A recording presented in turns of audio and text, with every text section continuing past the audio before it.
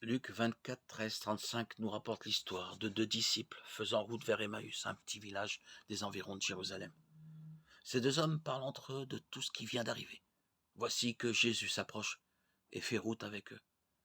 Ils ne le reconnaissent pas, car ils sont trop occupés d'eux-mêmes, de l'effondrement des espérances qu'ils avaient fondées sur lui, de leurs regrets, de leurs désillusions. Pour eux, l'affaire est classée. Il suffit de voir comment tout s'est terminé. Jésus cherche d'abord à gagner leur confiance. Il les laisse parler, il les écoute. Puis, à l'aide de l'Ancien Testament, il leur ouvre le chemin de la foi en leur expliquant ce qui dans la parole de Dieu le concernait. Au terme du voyage, l'inconnu qui maintenant n'est plus tout à fait un inconnu pour eux, fait semblant de continuer sa route.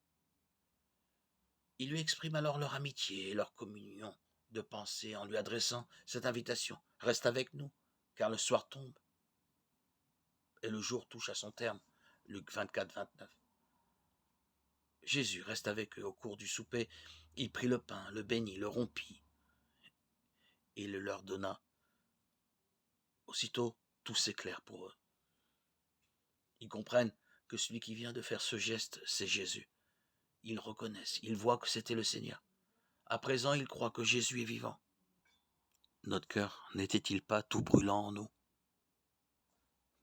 Désormais, chaque fois qu'il parle de lui, il se joint à eux. Il est vivant. Là, au milieu d'eux, chaque fois qu'ils rompent le pain entre eux, il est présent.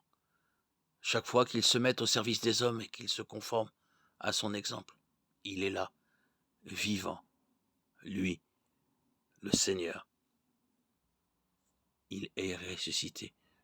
Matthieu 28, 6.